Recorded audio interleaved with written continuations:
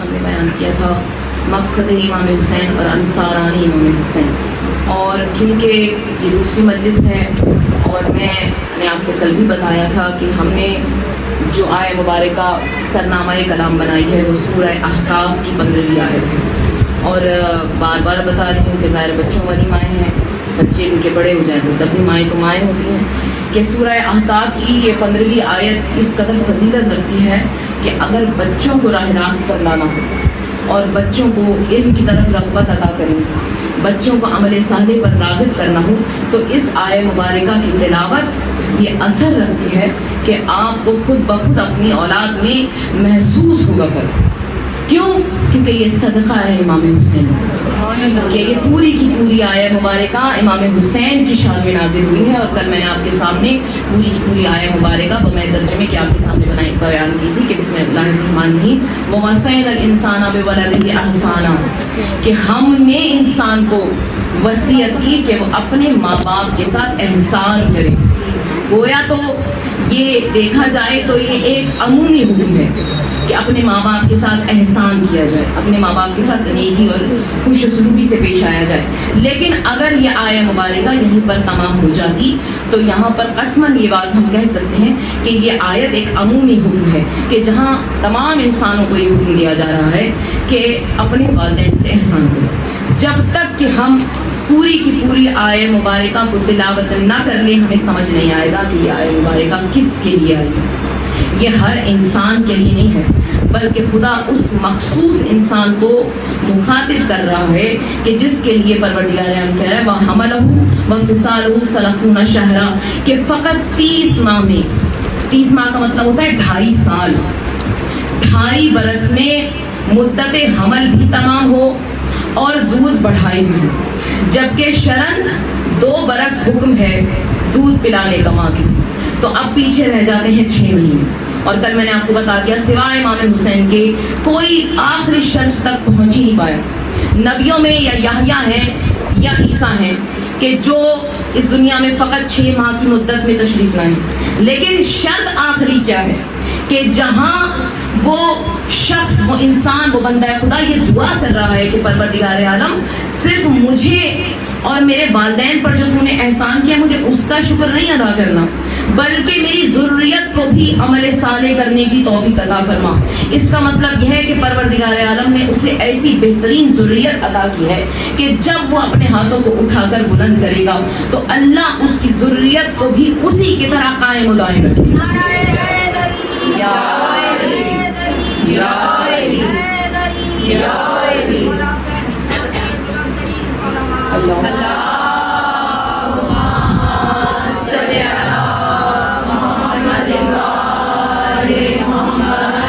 آپ کو معلوم ہے عشرہ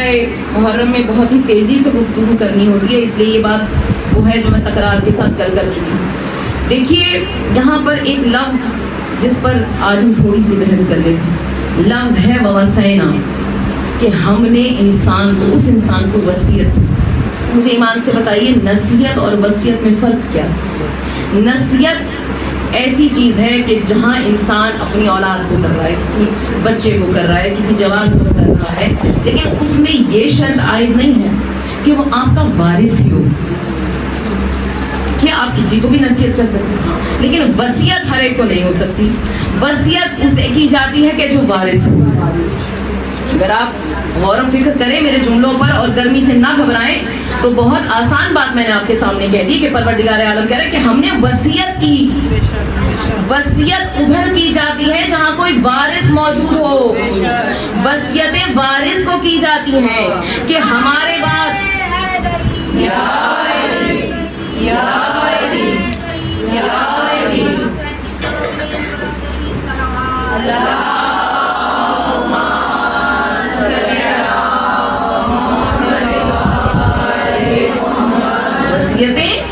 وارث کو کی جاتی ہیں کہ جس کو پتا ہو کہ ہمارے بعد جو کچھ بھی ہے وہ اس کا ہے، کہ جو کچھ بھی ہے وہ اس کا ہے، اور اللہ وصیت کر رہا ہے وہ جو ہمیشہ سے ہے اور ہمیشہ رہے گا،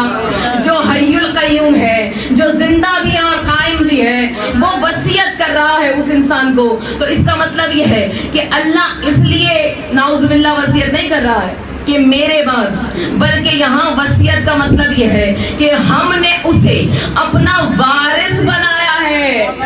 اب ہم اسے وارث بنا کر یہ وصیت کر رہے ہیں کہ دیکھو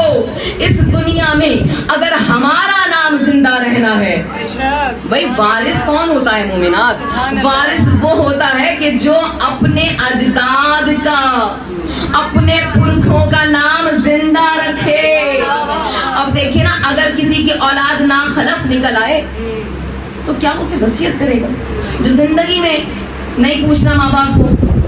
اپنے بزرگوں کا نام لیوا نہیں ہے، نام کو بدنام کر رہا ہے، نام رسوا کر رہا ہے، وہ تو ویسے ہی شرمناک ہے۔ ایسی اولاد کو تو ظاہر ہے سمجھا ہی نہیں جائے گا اس لائق کہ وہ وصیت اسے کی جائے۔ تو اس کا مطلب یہ ہے کہ وصیت کرنے کے لیے نہ صرف وارث ہونا ضروری ہے، بلکہ وارث کا لائق اور اہل ہونا بھی ضروری ہے۔ وارث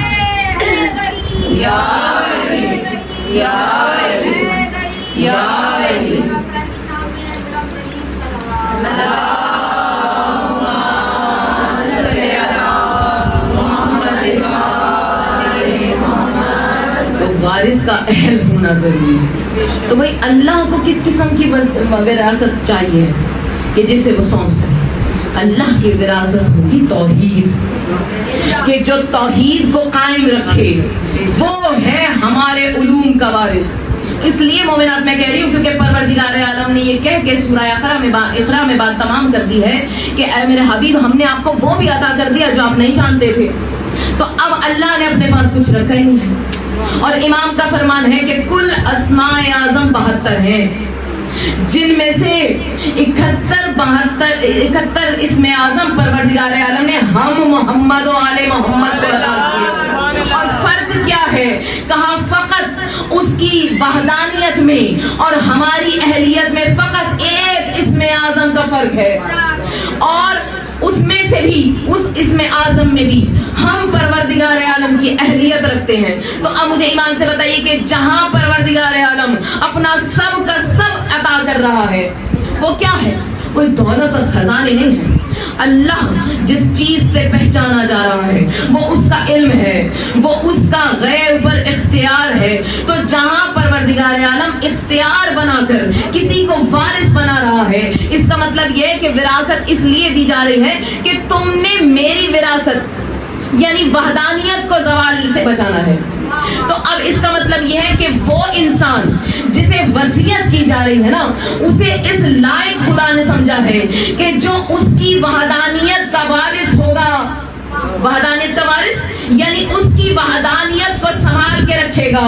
اس کی وحدانیت کی حفاظت کرنے والا ہوگا، اس کی توحید کا علم بلند کرنے والا ہوگا۔ اسی لیے یا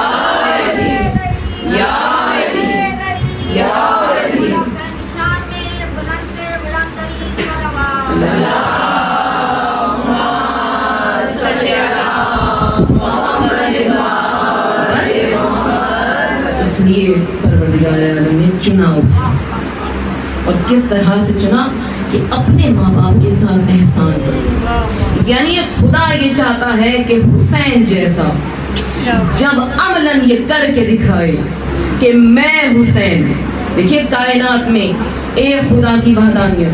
اور ایک حسین کی حسینیت یکتا ہے۔ یا سارت الحسین لبیک یا حسین، یا سارت الحسین لبیک یا حسین،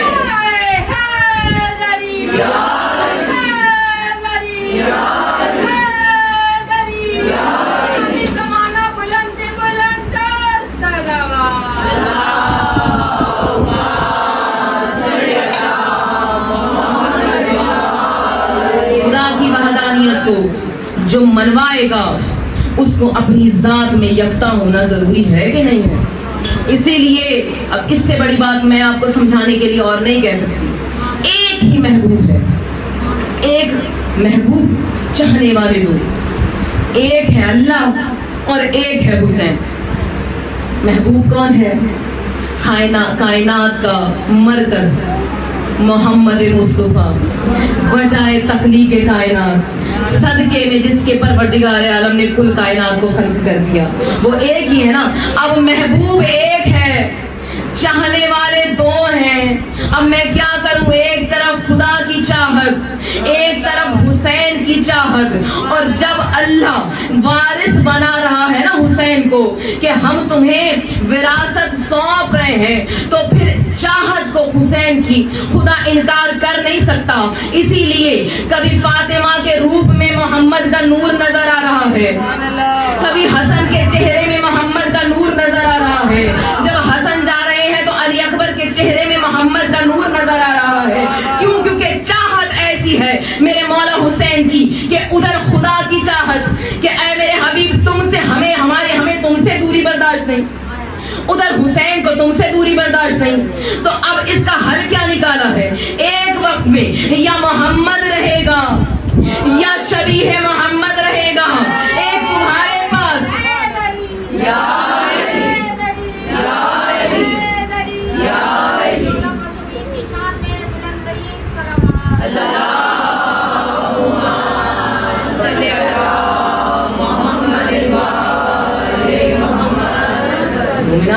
یہ ہے میرا مولا حسین۔ اور کیونکہ موضوع گفتگو میں نے آپ سے کہا مقصد امام حسین، بس یہی ہے وہ مقصد۔ کیوں چلے ہیں حسین؟ نہ خلافت لینے، نہ امامت کا دعویٰ کرنے، نہ کوئی جاگیر چاہیے ہے، نہ کوئی زمین چاہیے ہے، نہ کوئی تخت و تاج چاہیے ہے، بس ایک ہی چیز کے لیے میرا مولا چلا ہے، اور وہ ہے توحید کی پاسداری۔ کہ رسول کو تو مان رہے ہیں، مان تو خدا کو بھی رہے ہیں، لیکن جس طرح سے مان رہے ہیں اس طرح سے حسین کو قبول نہیں۔ اور ایک جملہ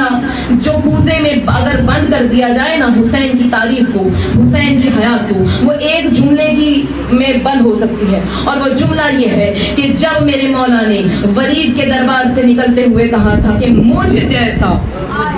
یزید جیسے کی بیعت کر نہیں سکتا، یہ کہہ کر حسین نے کل کائنات کے سمندر کو ایک کوزے میں اس حسین طریقے سے پرویا ہے کہ یہ سمجھ آ جائے کہ کل کی کل حیات امام حسین پوری کی پوری بس ایک ہی نقطے کے گرد گھوم رہی ہے، اور وہ نقطہ ہے وحدانیت کا نقطہ،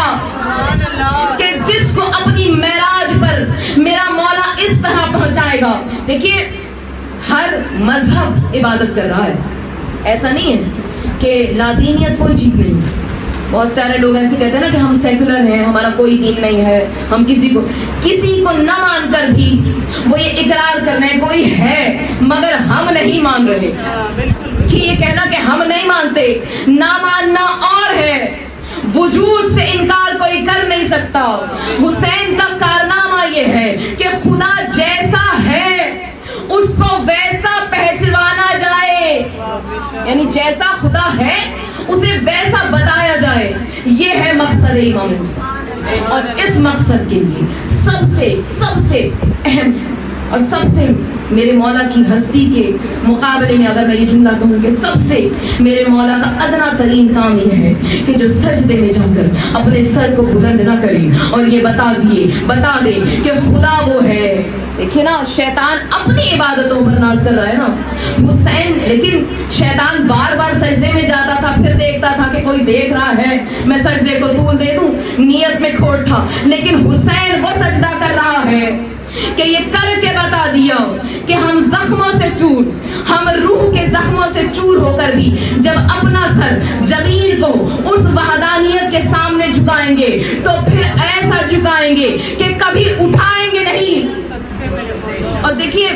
بس آخری جملہ اور اس کے بعد آج کی مجلس تمام، کہ اگر حسین صرف سجدے میں رہتے اور سر کاٹ لیا جاتا تو ہمیں سمجھ نہ آتا کہ وحدانیت کیا ہے، لیکن نو کے نیزہ پر بلند ہو کر اللہ کی تکبیر کو بلند کرنا یہ بتا رہا ہے کہ ہم مر کر بھی دوبارہ زندہ ہو کر بھی، پھر مر کر، پھر دوبارہ زندہ ہو کر بھی جتنی مرتبہ پروردگار عالم جان دیتا رہے گا اتنی ہی مرتبہ ہم اپنے نام کے ساتھ اللہ کے نام کی تکبیر کو بلند کر کے یہ بتاتے رہیں گے کہ یہ سجدہ آخری کیا ہی اسی لیے ہے کہ دنیا کو سمجھ آ جائے کہ جب حسین جیسا ایسا ہے تو اس کا پروردگار عالم کیسا ہو. یہ ہے مقصد حسین.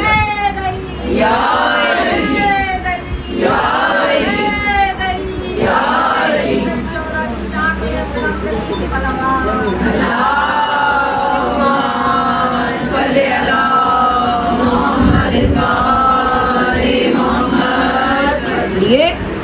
حسین نے جسے اللہ وصیت کر رہا ہے تو اب مجھے بتائیے اگر اللہ اپنا وارث بنا رہا ہے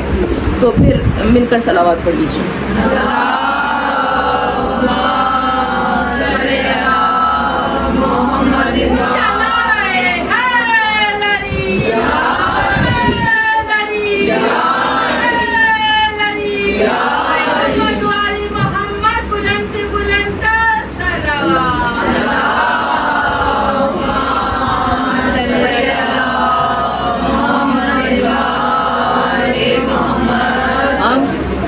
اگر حسین وارث ہیں، خدا سونپ رہا ہے نا ذمہ داری وارث بنا کر وصیت کر کے، تو پھر حسین صرف اللہ کی وصیت پوری نہیں کر رہے بلکہ کل نبوتوں کی وراثت کو اپنے سینے پر سجا کر اپنے دل میں بسا کر کربلا کے میدان میں آ کر یہ بتائیں گے کہ ہم صرف ایک محمد کے وارث نہیں ہیں. اس لیے دیکھیے فقط آپ نے کہہ دیا وارث محمد تو بات سمجھ میں آ گئی ہے. کیونکہ اگر ہم محمد کہہ دیں تو بات تمام ہے. یہ بہت بڑی معراج ہے اس لیے کہ خدا نے 1 لاکھ، کل بھی ایک جگہ میں کہہ چکی ہوں اور یہاں پر وہ بات دہرا کر آپ کے سامنے کہوں گی کہ اللہ نے اپنی ایک صفت نبی کو دی ہے. کتنے نبی ہیں؟ 1,24,000. تو مجھے اندازہ کر کے بتائیے کیا وہ بادشاہ ہے، وہ رحمان و رحیم ہے کہ جو اپنی ایک صفت بھی بانٹے تو 1,24,000 نبی بنتے ہیں. اور جب ایک کتنا اعلیٰ ظرف ہے وہ قلب کہ جس نے خدا کی 1,24,000 صفات کو اپنے قلب میں سمویا ہے. اور اس ہستی کا نام ہے محمد مصطفیٰ. جس قلب میں خدا کی کل صفات سما جائیں وہ ہے محمد، اور جس میں محمد کی صفات سمائیں جو محمد کا بھی وارث بن جائے وہ ہے میرا مولا حسین. اور اسی مقصد کو تکمیل تک پہنچانے کے لیے 2 محرم کو جس وقت وارد کربلا میرا مولا ہوا ہے تو تنہا نہیں